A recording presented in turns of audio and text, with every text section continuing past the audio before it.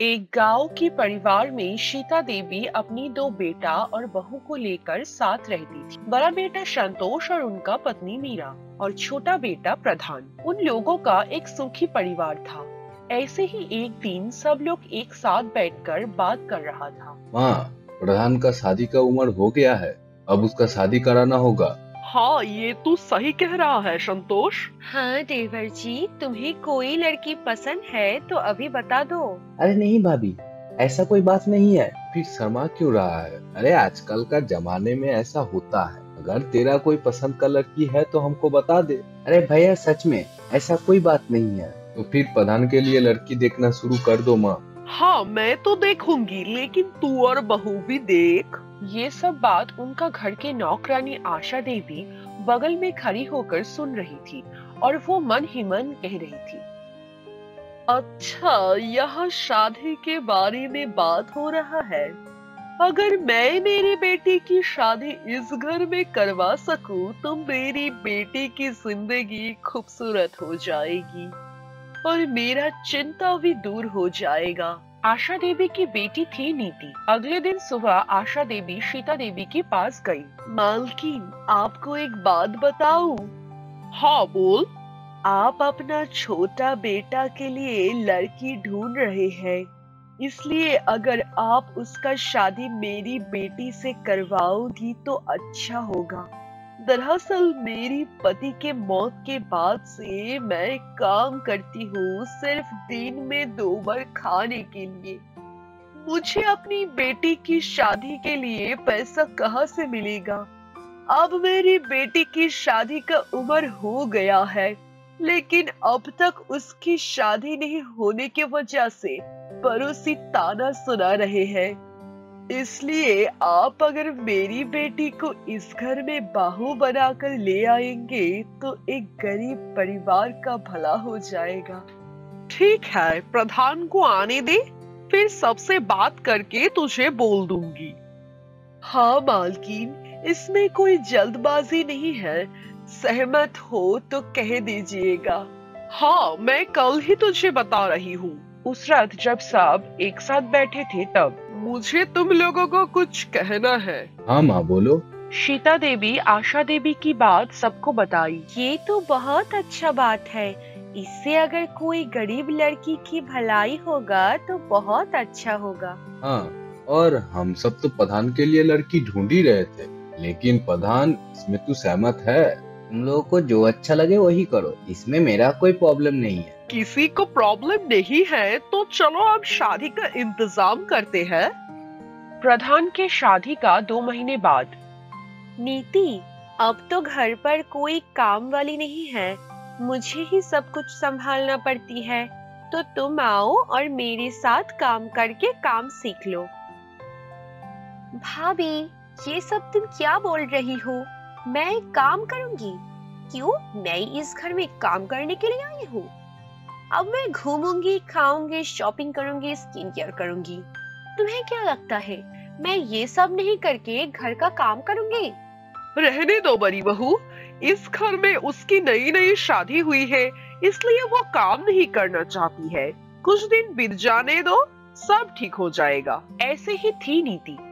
गरीब परिवार की लड़की होते हुए भी वो बहुत घमंडी थी और हमेशा अपने आप को लेकर व्यस्त रहती थी। नीति तैयार होकर वहाँ आ गई। अरे नीति, अब तुम तैयार होकर कहाँ जा रही हो? अब मैं शॉपिंग जा रही हूँ। इतना सुबह शॉपिंग? हाँ, क्यों? इसमें तुम्हें कोई प्रॉब्लम है?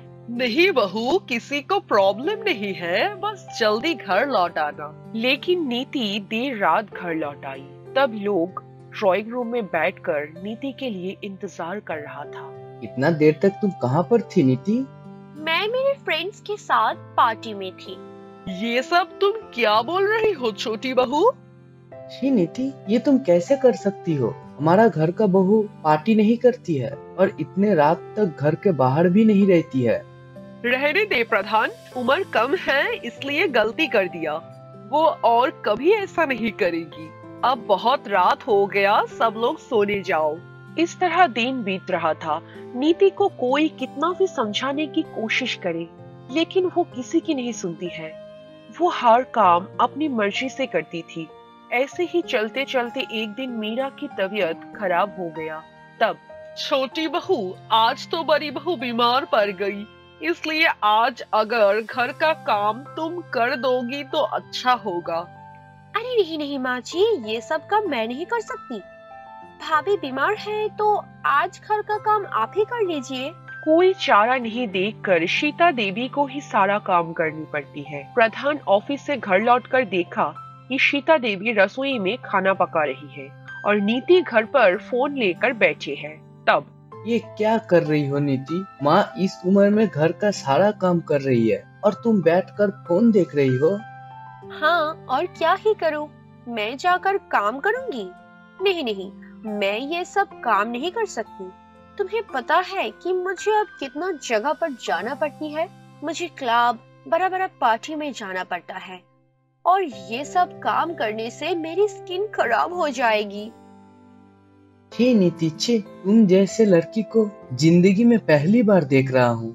2 दिन बाद जब मीरा ठीक हो गई और नीति घर पर नहीं थी, तब सब लोग एक साथ बैठकर, मैं नीति को इस तरह और बर्दाश्त नहीं कर सकता हूँ, वो पूरी तरह बिगड़ गई है। अरे रहने दे प्रधान। हाँ माँ जी, अब की हर वक्त रहने दे करने के वजह से ही नीति इतना बिगड़ गई है।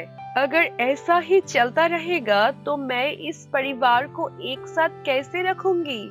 हम लोग सोचा था कि नीति बहुत अच्छा लड़की होगी, लेकिन हम लोगों को क्या पता था कि वो ऐसा बन जाएगी। देखो, ये सब बात मत करके कुछ ऐसा करना होगा जिससे नीति ठीक हो जाए। मेरे दिमाग में एक विचार है। क्या है भाभी, बोलो। एक काम करो, सब लोग नीति से बात करना बंद कर दो। जब भी उसे देखो तो अनदेखा कर दो। और प्रधान, तुम भी नीति से बात मत करो। रोज जल्दी ऑफिस चले जाओ और देर से घर लौटो। लेकिन बड़ी बहू, इससे नीति की कोई फर्क पड़ेगा? अरे एक बार कोशिश तो करके देखो, अगर नहीं होगा तो बाद में कुछ और सोचा जाएगा। तब से ये सिलसिला चलता रहा। जब भी कोई नीति से मिलता था तो मुंह फेर लेता था। प्रधान भी बहुत सुबह ऑफिस के लिए निकल जाता था और घर लौटकर सो जाता था।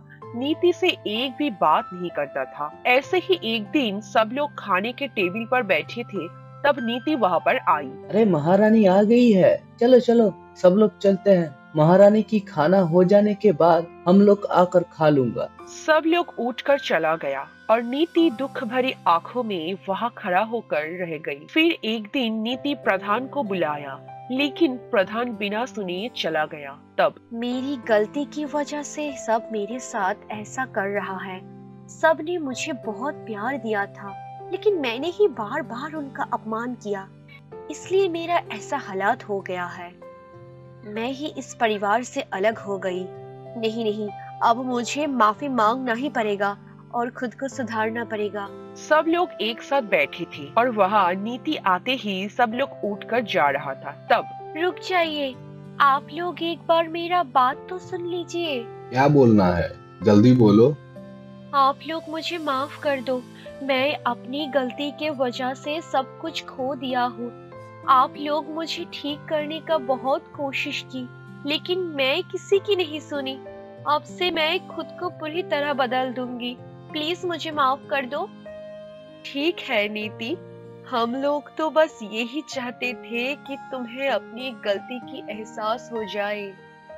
अब जब तुम समझ ही गए हो तो आओ, हम सबकी तरह एक साथ रहकर देखो कितना मजा आता है। साथ खाना, बातें करना, घूमना फिरना, तुम्हें भी बहुत मजा आएगा। नीति खुद को पूरी तरह बदलकर इस परिवार की तरह बन जाती है और अब से ये परिवार सुख और शांति से अपना दिन बिताने लगा।